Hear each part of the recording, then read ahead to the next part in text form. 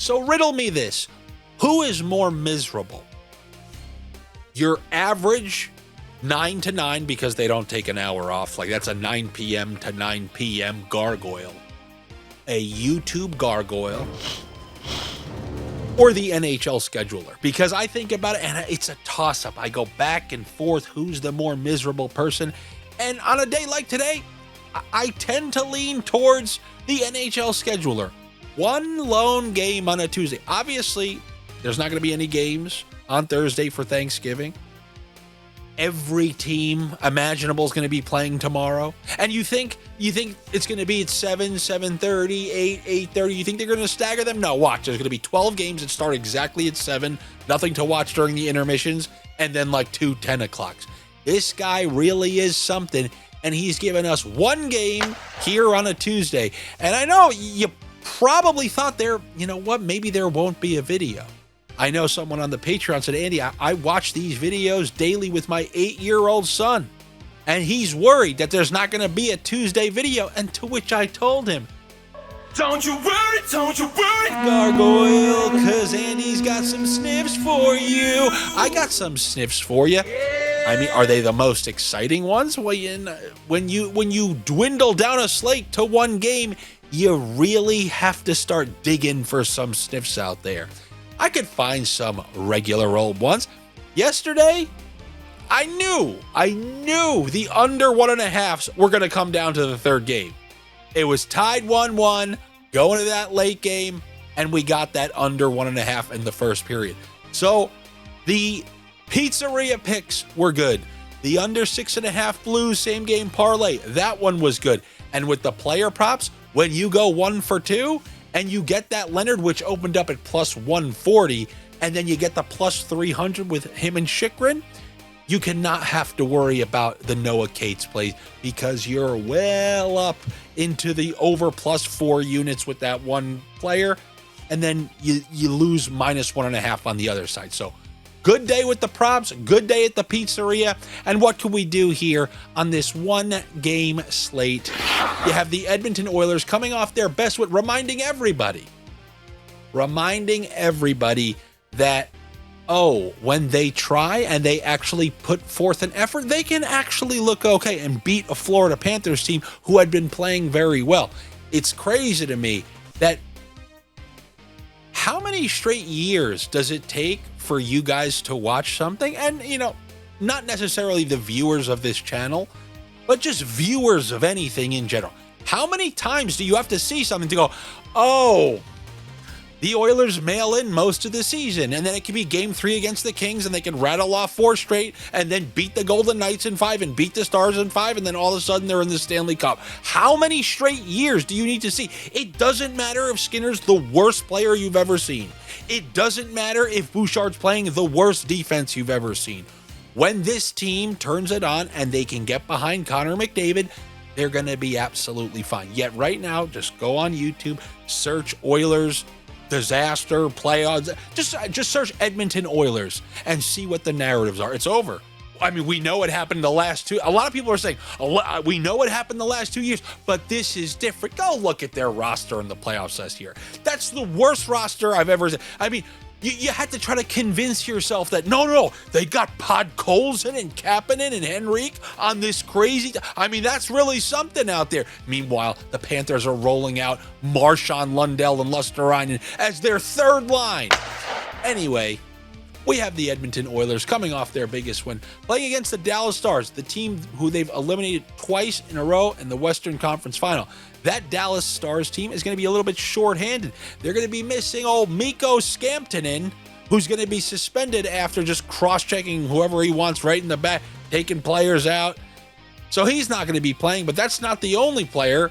They still don't have Matt Duchene. They don't have Thomas Harley. So this is a short-handed Stars team, albeit a Stars team that's been winning a bunch of games against an Oilers team who you don't know. Like, you just got a great effort. They beat the team who's beat them in back-to-back Stanley Cups.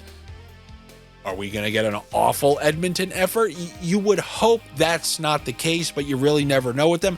They may be getting Ryan Nugent-Hopkins back in this game.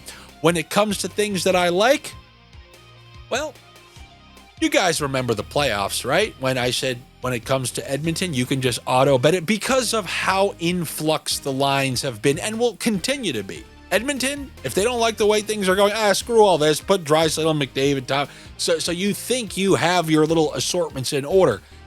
When it comes to the Oilers, and you can ask everybody on the Patreon this, even those with 8-year-old children watch it. I mean, nothing brings family together like watching the Oilers. I can, no, but Mom, come on. We're trying to hit this under 1.5 in the first period.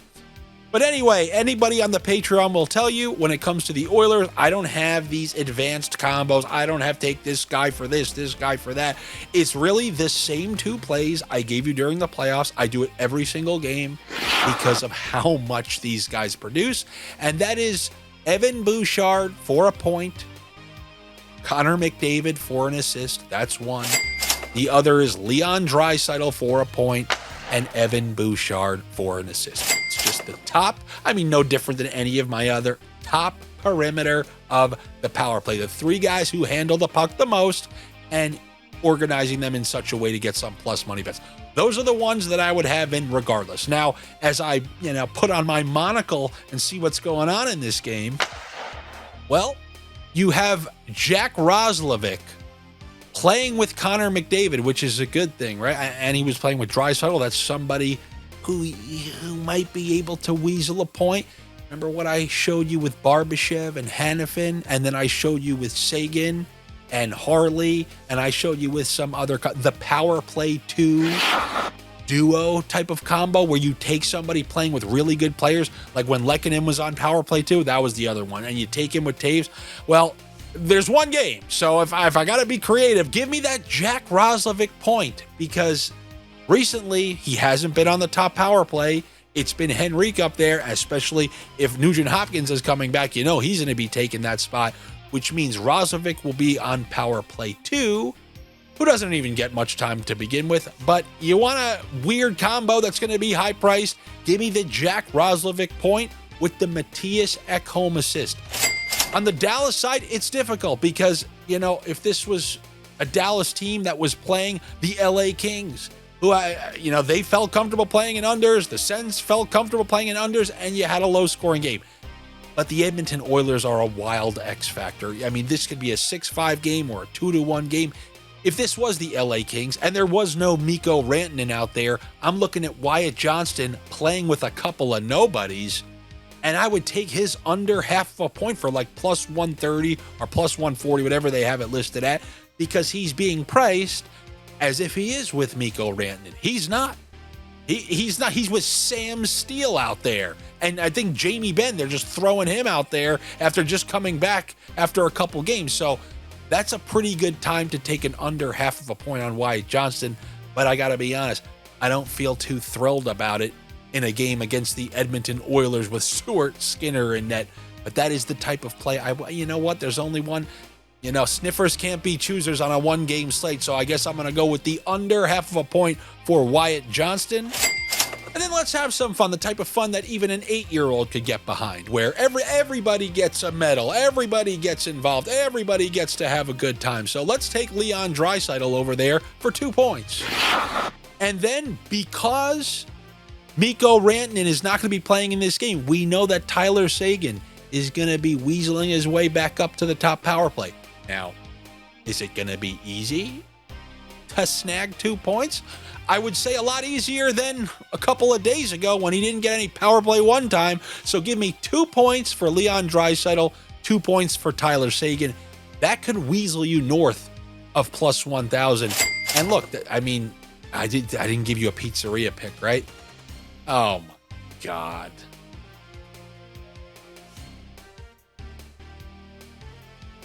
No, I'm dieting today. Dieting because we have Thanksgiving on Thursday. That is what I have for you here on a 1-game Tuesday. Good luck to you. Better luck to me. Make sure you're subscribed here if you're enjoying these videos. You enjoy everything that you see here, everything that you get here, everything that you sniff here. Every click is greatly appreciated. And you know what clicks I'm talking about. The Tier 1 clicks, liking, commenting, subscribing, clicking notifications. Tier 1 clicks. Tier 2 clicks? Hit that hype button. Let other people know about these videos. Support a creator by spreading his work. Oh, yes. And then obviously the best way you can support this channel, and then who knows, maybe I'll be talking about your 8-year-old son on the next episode of the show, is by joining the Patreon, patreon.com/Andy Francess. You know about the trickle-down benefits that I talk about that you get on there. You get to interact with all the other sniffers on there. You get the line combos that I put out. You get the weekend sniffs.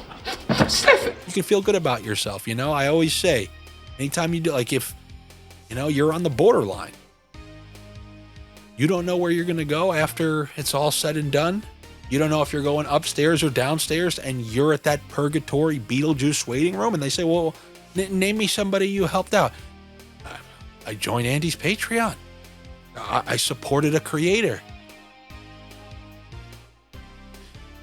Okay, that counts. You can go upstairs. It could be the difference. Not saying, I'm just saying.